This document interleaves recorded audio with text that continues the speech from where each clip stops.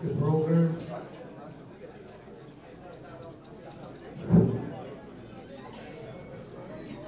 Hey, please have a seat.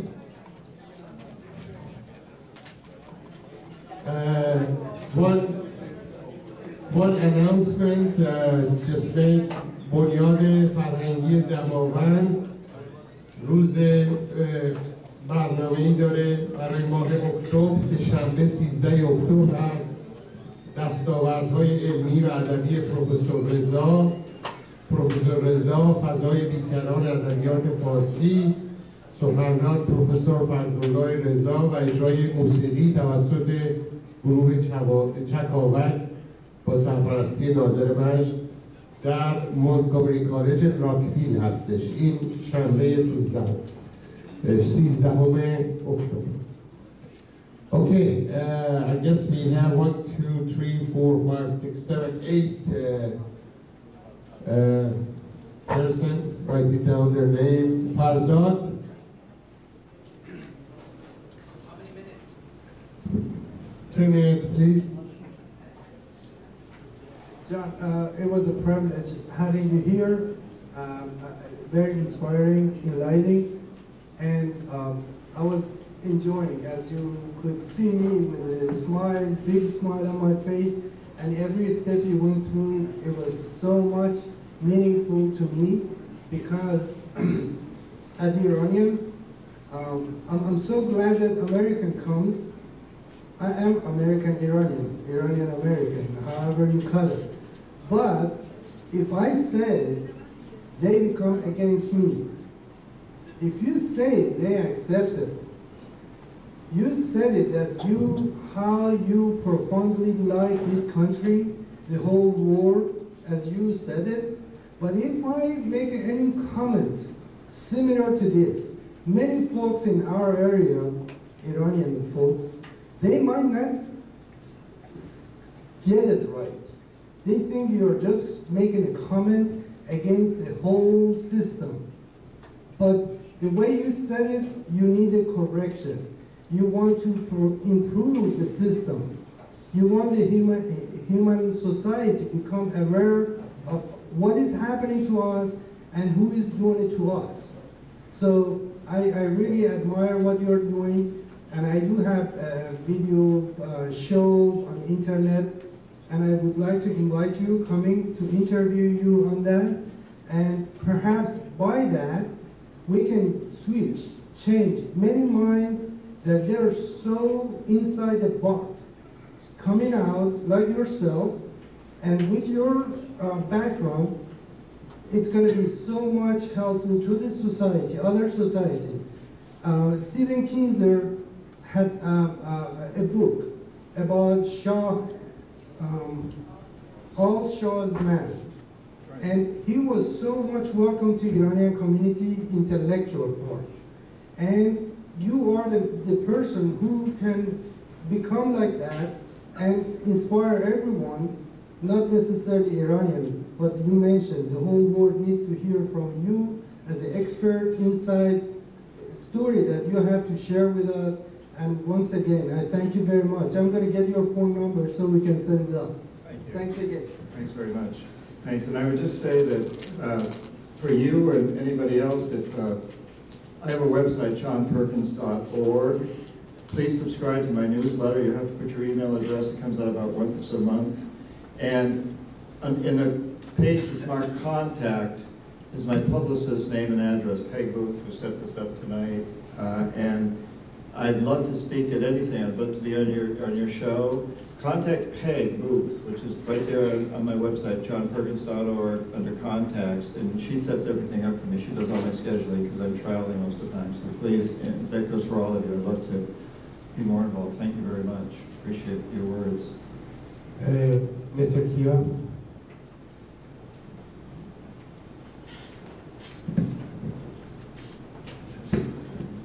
Sorry, that's mine. Yeah? I apologize for my voice.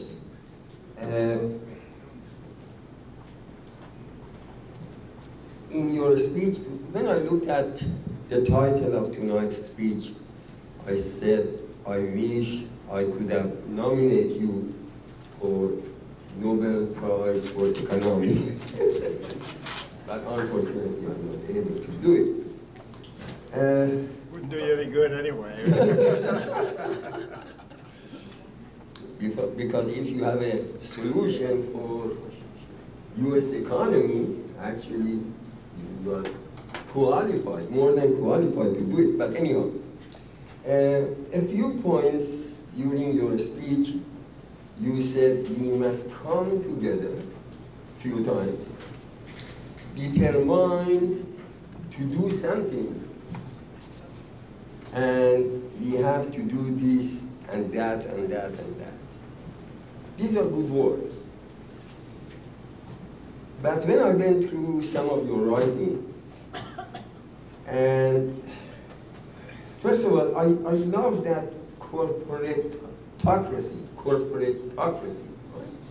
Because 19th century was bureaucracy by Max Weber, and 20th century was technocracy, and possibly 21st century is a good word for corporatocracy.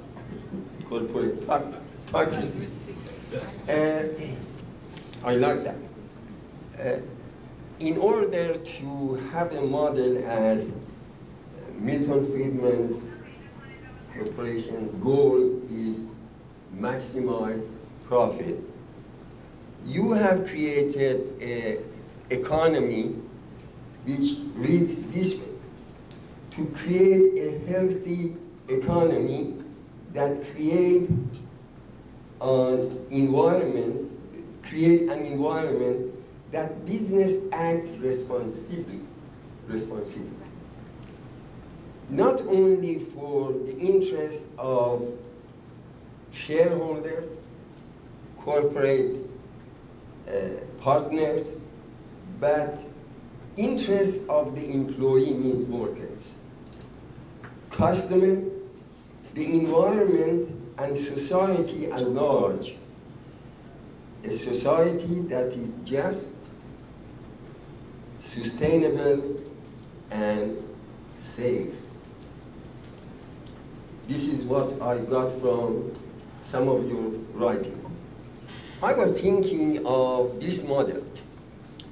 I thought maybe Salvation Army and bring Mother Teresa out of grave and put as CEO.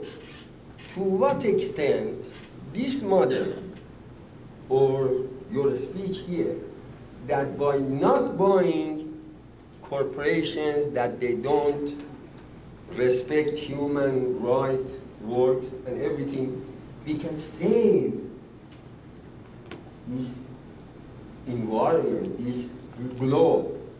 I really could not get it. Also, you mentioned that some of the countries, they are thinking instead of tilting toward the United States, go to China.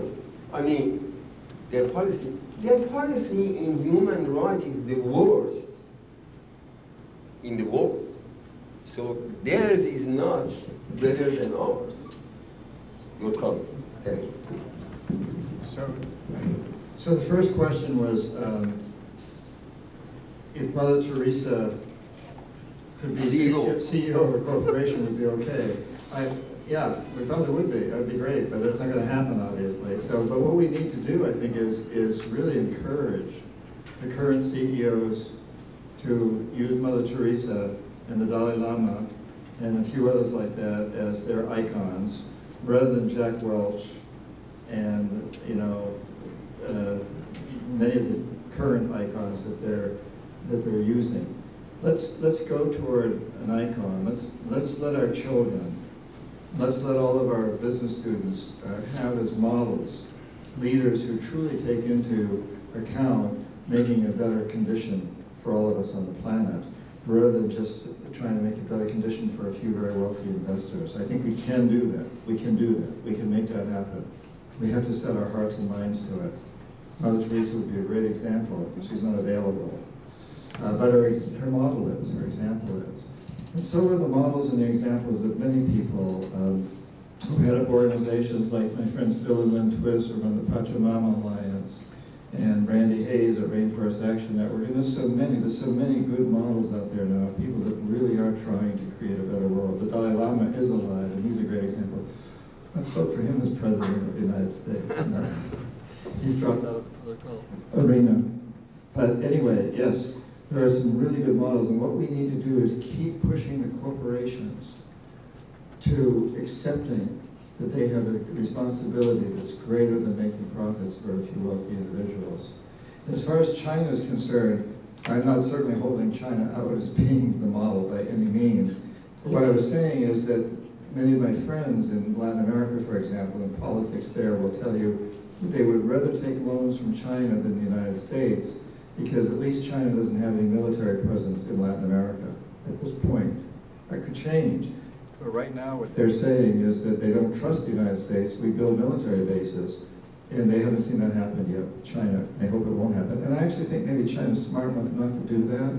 I think maybe China's leadership has seen that it doesn't work too well, that imperialism, putting military bases in places just creates anger, frustration. But they don't lend money.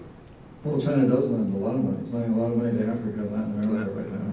But I would also say, and you know, I have hope there because I was lecturing in China recently. I was lecturing at a major MBA program, Masters of Business Administration program in China, in Shanghai, mainly Chinese students. And Chinese students that become MBA students have had to have completed, in addition to college, they've had to complete 5 years out in the business world at least. And most of them are members of the Communist Party. They're hand-selected to be the future leaders of China. And as I hung out with these students, not only lecturing to them, but also going out to dinner with them and, you know, hanging out with them, what I kept hearing from them is they said, you know, we in China have proven that we can create a miracle, an economic miracle.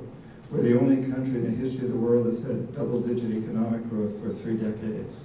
But that miracle has come at a huge cost socially and environmentally.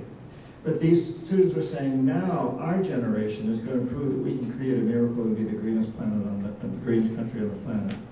That's what I kept hearing. I don't know whether they'll do it or not, but the fact they were saying it was important. It's significant, and I believe they believed it. I don't know whether they'll do it. They are the selected leaders, future leaders of China, and hopefully they'll stick to that. The fact they're saying it is important. And many of our students in MBA programs today are saying something similar too. I'm seeing a big change in our students over the last 6 or 7 years. There's been a big change from students who 5 or 6 years ago were saying, all I want to do is make money and have power, to today saying, I want to have children. I want to create a world my children will want to inherit. I am seeing a change of consciousness among students there.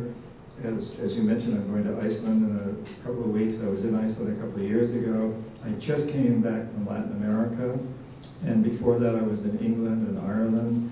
I go travel around a lot, and everywhere I go I see there's a change of consciousness, especially among young people, who really do see that we're at a tipping point and want to make a better world for their kids. Thank you for bringing that up.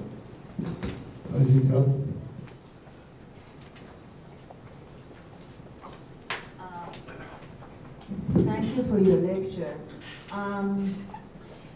You mentioned we have to fight back against the corporation.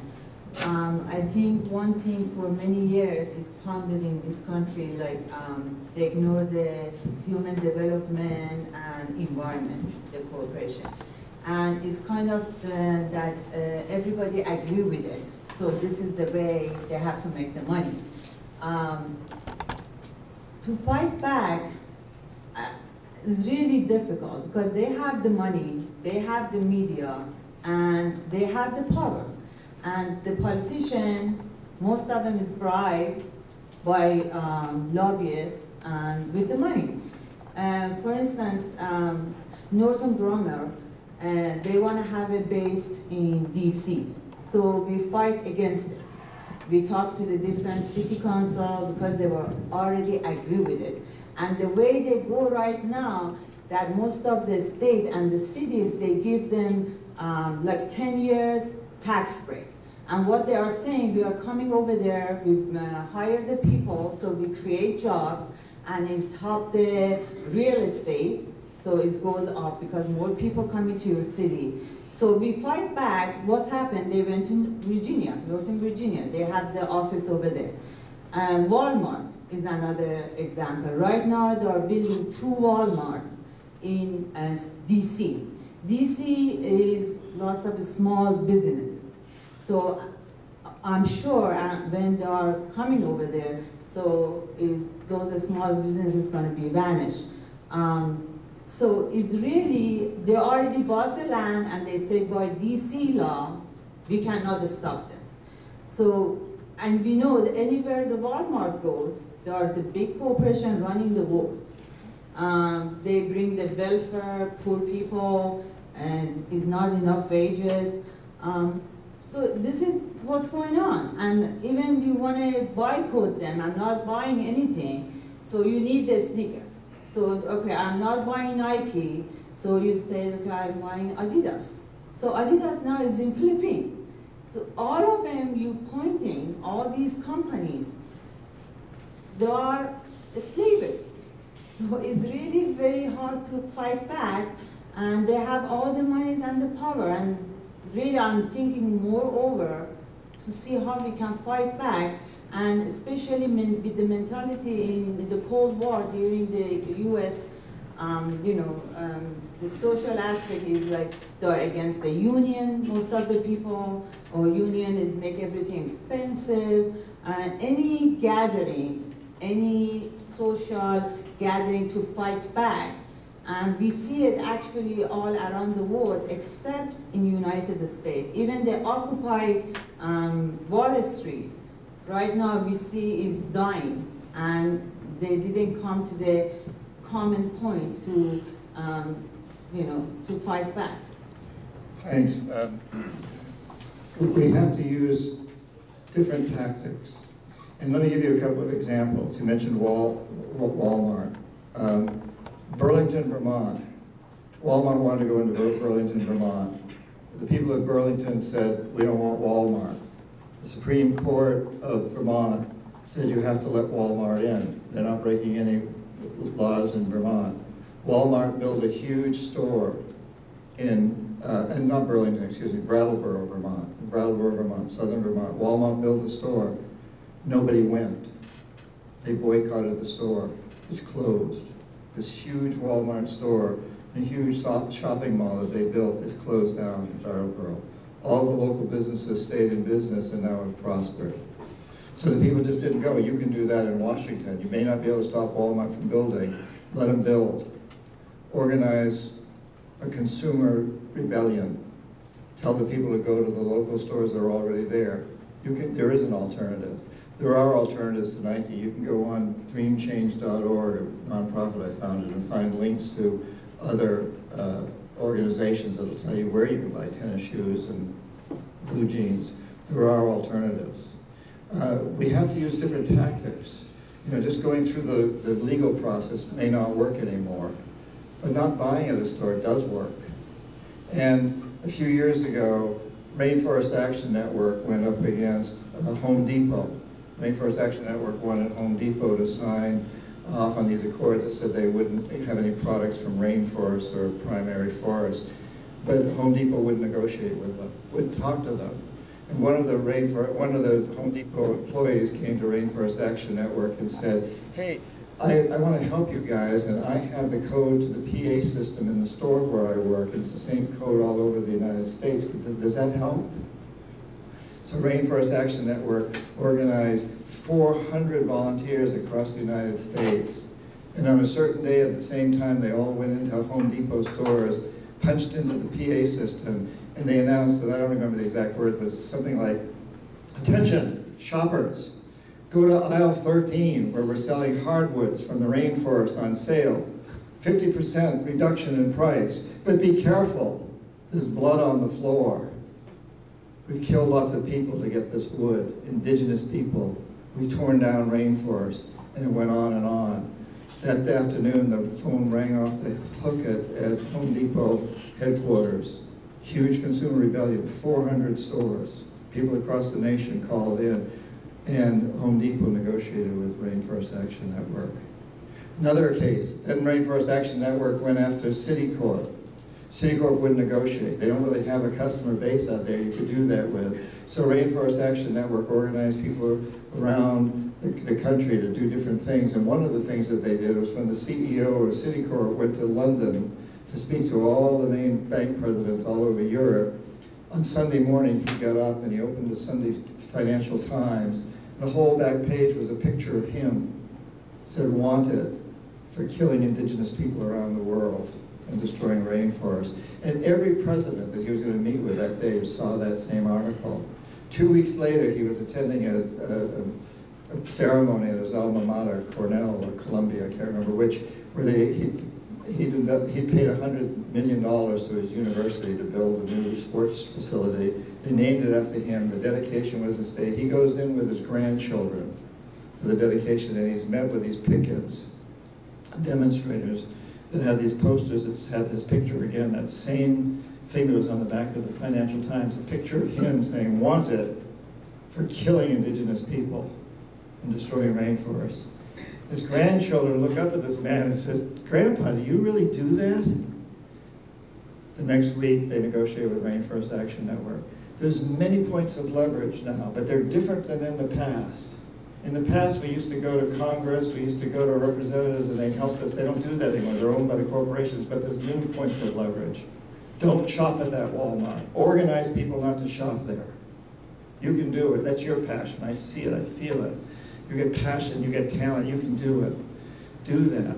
We can change these corporations. It's going to take some creativity. Is it going to be easy? Not necessarily. Is it going to be fun? Yeah. That's fun. It's fun to bring down the giants. You know, who wants to bring down a pygmy? Bring down the giants. That's what's fun. So, as he say, you can do that. Okay? You gonna do it? Yes. All right. Are we all gonna do it? Yeah. All right. Let's see.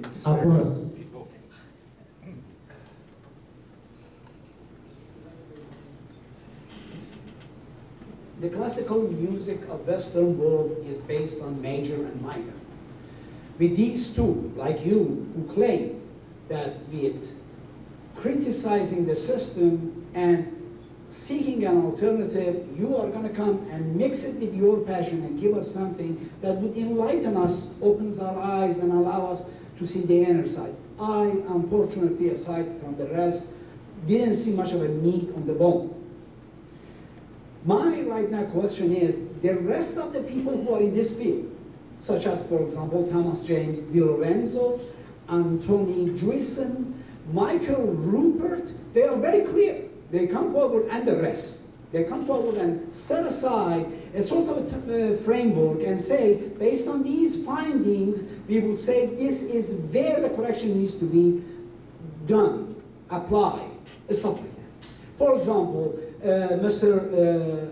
Thomas James DiLorenzo says that the problem is way back when we constituted the whole thing, put together the whole thing, and then goes and say that Alexander Hamilton is the guy who brought the mercantilism into action and turned in this country by Mr. Lincoln, who apparently caused more than 600,000 people, I don't know the exact number, to be killed because he wanted to implement the chances of an empire evolving. And he says that we should go and correct these sort of notions that build up this sort of a giant which wants to really say that, you know what, I'm hungry. You guys are hungry too? This is my share. I'm giant. And the rest you can go starve, or, you know, just there are enough crumbs on the ground, you can have it. Okay? So in a sense, he's clear. Michael Rupert come and say that the whole economy is based on oil, and oil is going down, and savagery is going to start. Prepare yourself. That is going to be the scenario, and we are going to chew each other. You don't want to die? Be the first one in the front of the line, because the bear is attacking and killing, and if you are capable to be ahead of the people who are running away from the bear, you have a chance. So basically, we are not talking about civilization. We are talking about savagery in this planet. And if somebody comes with two major and minor notes, should bring the passion. You use it, but you don't bring it. I'm sorry, I have to be honest with you, because honesty is at least gives us a chance. If you have something about these things, you see, the problem of our country is that a man comes here, sit down, a man who is a surgeon, and calls Mr. Imam Khomeini a philosopher who says that the economy is for jackasses. And now the real has gone so much down that my friend tells me you don't know how many young girls are prostitutes right now. Okay, I'm not quite sure what the point is, but Yeah, there is no point. if you're asking me to tell you what to do, You are here to say what to do. no, I'm not here to say what to do. I'm not a dictator. I don't know the answers. I know the answer for me. The answer for me is to write books, to speak out here, to try to inspire, to try to shed some light on where we've been, where we're going. I don't fault James Madison or Thomas Jefferson, or who was it you mentioned?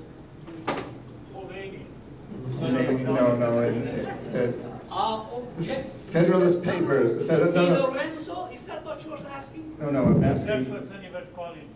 I'm sorry? The third person you were calling. The founding father that you referenced. The founding father. No, I didn't. Hamilton. Oh, Alexander Hamilton was the first Treasury Secretary. Yeah, well, let's get rid of it. He and John Adams were friends like that. They formed the party, the Whigs Party, and the Federalist paper. So let's get rid of Hamilton. Let's not vote for him in the next election. No, Hamilton is alive. Okay. Believe it or not, he is. So Okay, the only thing I would say is that there are no easy answers, but we each have to look to ourselves for what we each can do.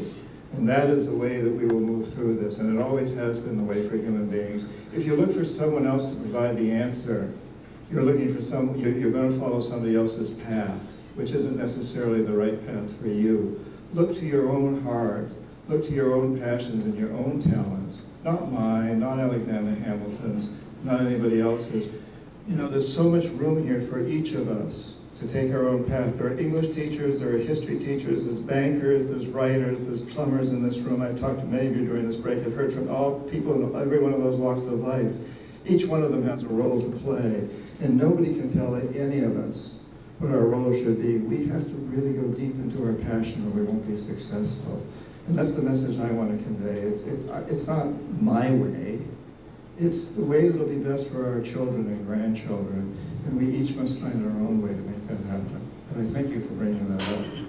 And Mr. Hazard.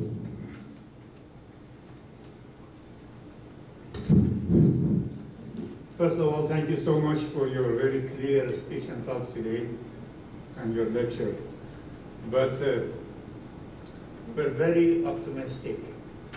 That's my general idea about that.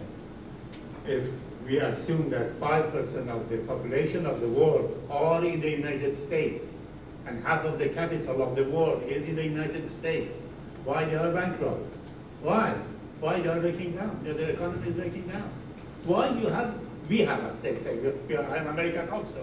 Why we have $50 trillion deficit? Is it a joke, or it is really some realities in the back of that? And then we were talking about the world globalization. I do agree with that. It's very good. We have to accept that. But who is going to start it?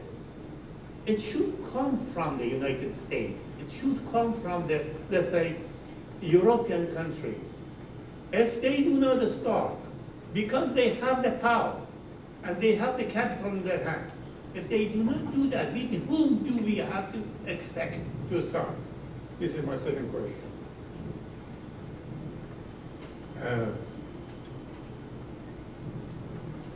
I would like to say, what should we ask Americans? They leave the world alone.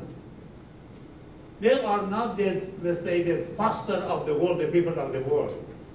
They have that many, as you mentioned, or Mr. Mohimi mentioned that. There's so many bases in all over the world. For what reason? Go back to your own country and sit down here and tie your belt and then just prosper. Leave the people of the world alone. Don't you think that would be one of the chance for the people of the world? For the American, at least leave the people of the world alone. And then that would be one of the remedy of that.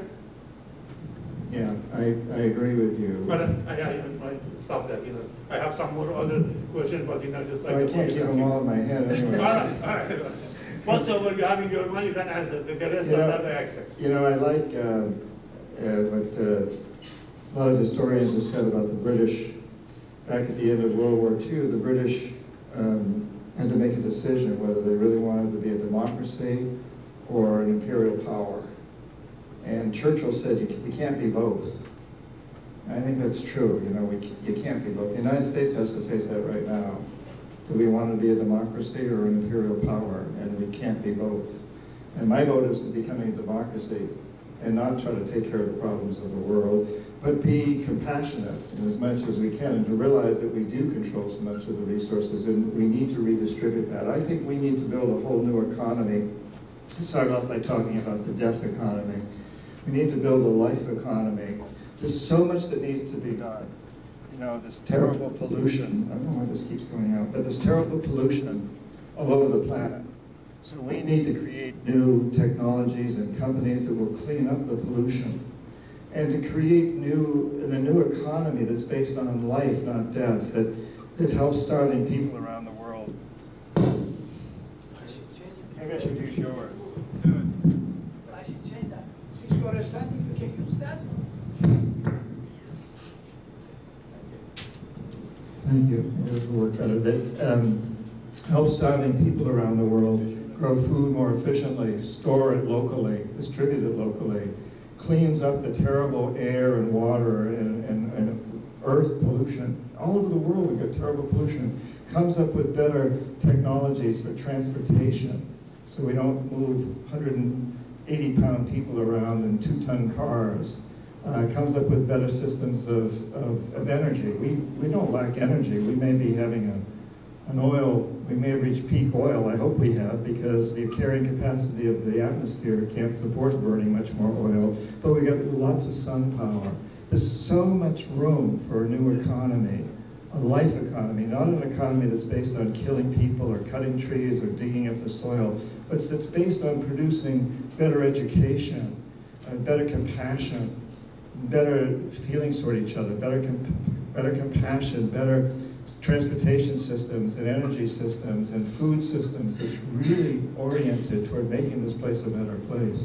And I think that's where the resources of countries like the United States and Europe should be devoted, not to trying to dominate the rest of the world, but to helping the world develop economies that will support local people in appropriate ways. And I totally agree with you on that. Thank you. A few people ask about the name of the corporations that You think they are responsible, and is there any list of such corporations or something that bigger? Corporations are changing all the time. Corporations are like chameleons, and we've seen a lot of them change. I mean, we've even seen corporations like Walmart work toward becoming greener, and they got a long way to go, but they're working toward that. So there is a list. If you go to dreamchange.org, there's a list of corporations, but it's changing all the time. So I would, if there's anybody in this room that wants to help us keep updated on those lists, I'd appreciate it. You can email us through my website, johnperkins.org. But it is a constant thing to keep updated on these corporations, and there are lists, but they're always changing. And I think a lot of corporations are really working hard to try to get better. We just have to push them harder and harder and harder all the time. We can't stop. We can't let our vigil down. Mr. Rufugaran.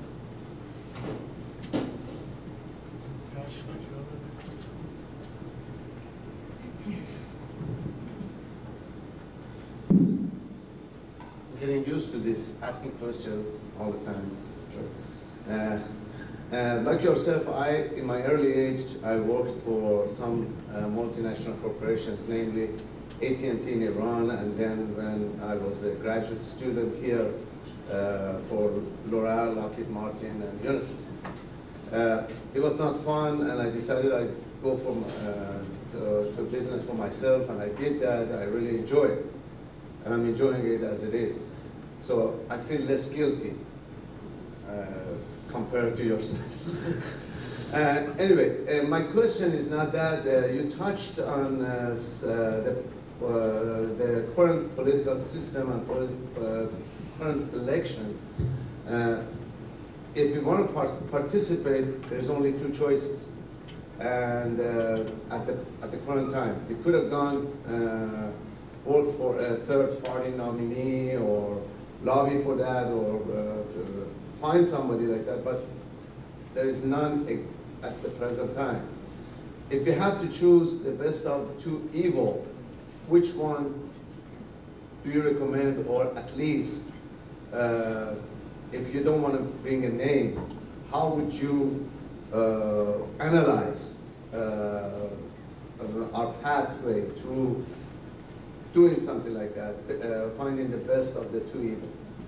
Thanks. You know, I think this election is the first, at least in my lifetime, at least since Kennedy and Nixon, where there's really a huge difference philosophically.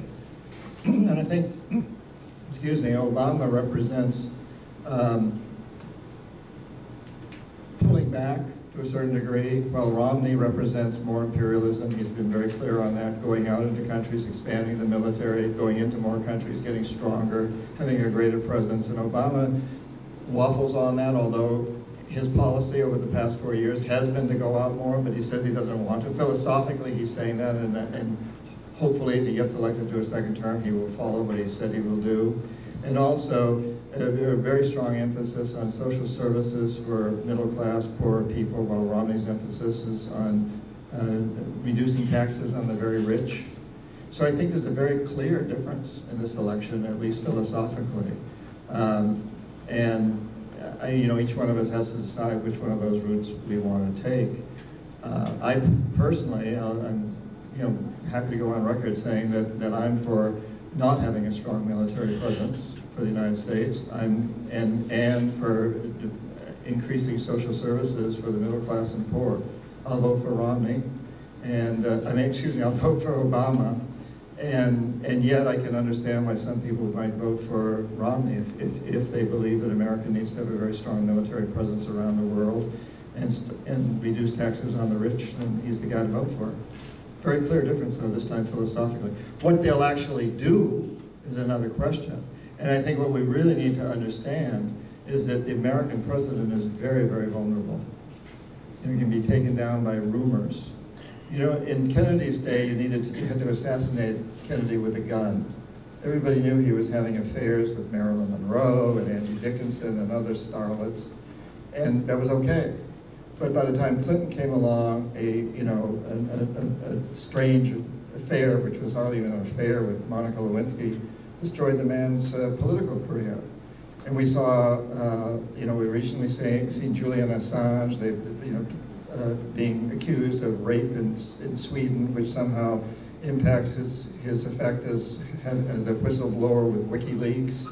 And we've seen the head of the IMF brought down by a rumor, and it's probably true, the rumor, but it doesn't really matter. The fact of the matter is, rumors can destroy people today. The President of the United States knows he's very, very vulnerable. And I think we need to understand that. The presidents and politicians these days are vulnerable to rumor and innuendo.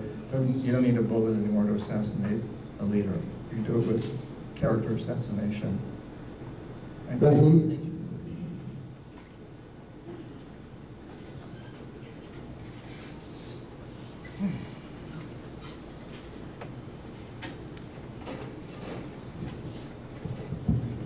Thank you very much for this speech and sharing your ideas and passion. My question goes to the current crisis of financial crisis, or whatever they call it.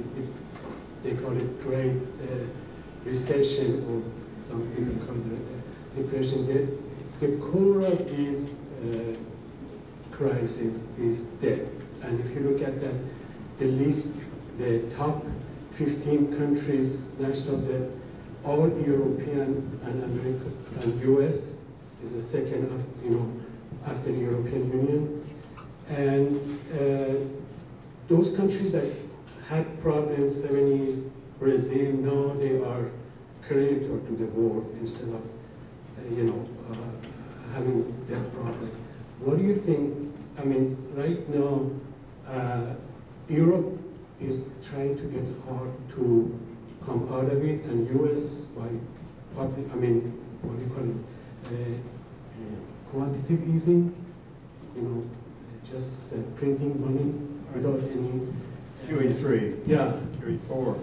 Actually, yeah, 4 is coming. So what do you think the solution is? I mean, it seems that Europe now adopt the US policy. I mean, British, they printed money, and now Europe is doing that. But it's like somebody has cancer, you just gave them aspirin or give them something to postpone the price.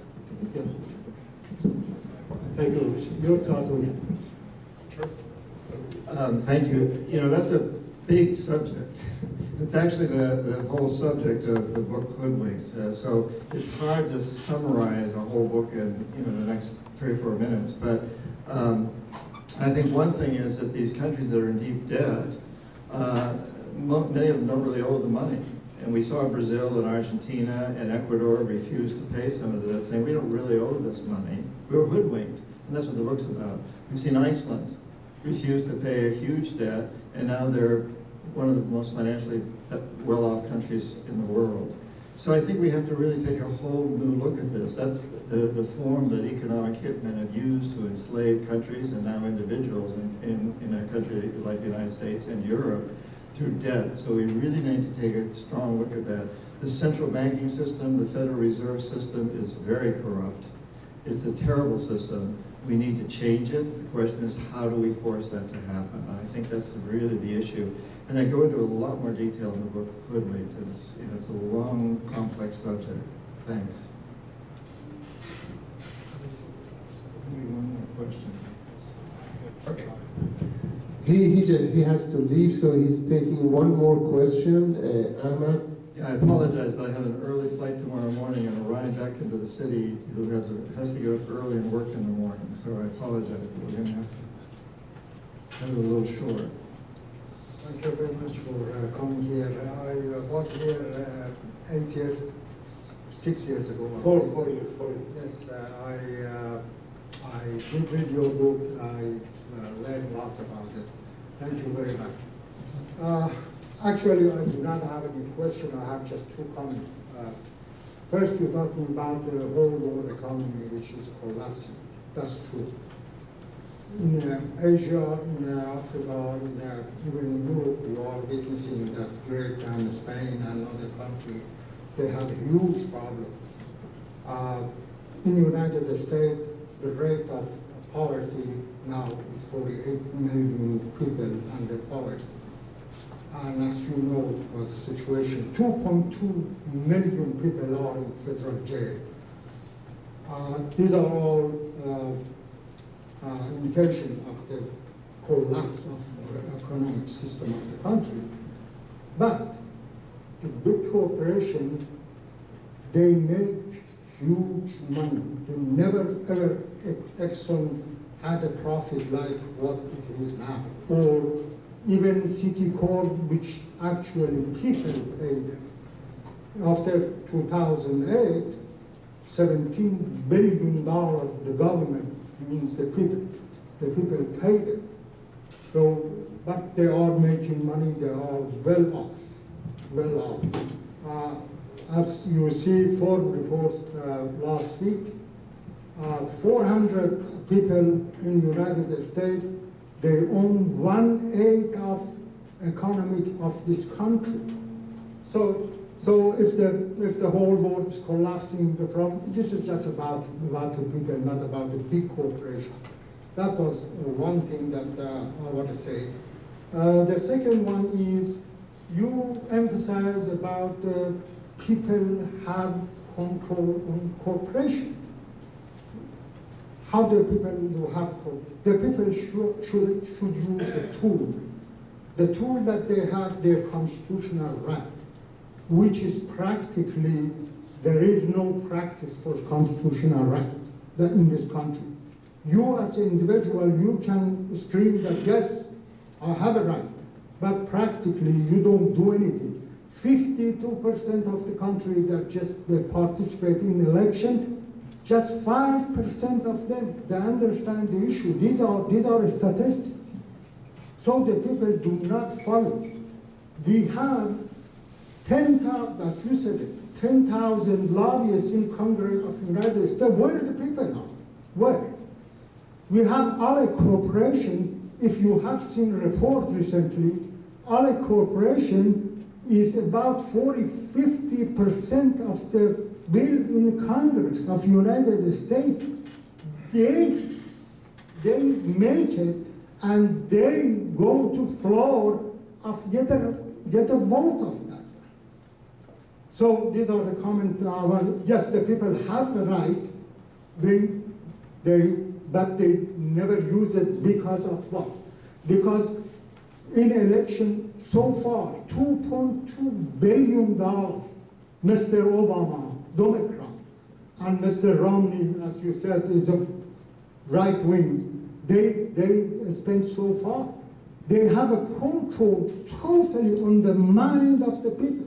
The people do not think about this kind of thing. How do you wanna, individually, yes, I can go hold the banner in front of Walmart, say, okay, 50% of 60% of your employees, they are part-time, and they do not have health care, they do not have anything. Thank you. Thank you. Yeah, thank you very much. And I would just like to leave you with my own feelings, which are ones of great hope. I think we're at a time of extreme potential for change on this planet. And it's very easy to be negative. It's very easy to look at all the reasons why we can't change the system. And I'm awfully glad that George Washington didn't do that. You know, George Washington was up against the most powerful empire in the history of the world at the time, the British Empire. And he was one of the wealthiest men in the United States. He had everything to lose. He would have been hanged if he had lost the revolution. Martha Washington would have been hanged. They had courage and they had hope, and they went out to change the world, and they did. And Rosa Parks did that in demonstrating against the inequality and races in the United States. There's so many examples. Mother Teresa, somebody mentioned, the Dalai Lama. There's so many amazing examples. So I would encourage you to be one of those examples. Have the courage and have the hope to know that we can change things. Don't let them get you down. If you believe that you can't make change, then they've won. Don't let them win. I look forward to winning this one with you. Thanks.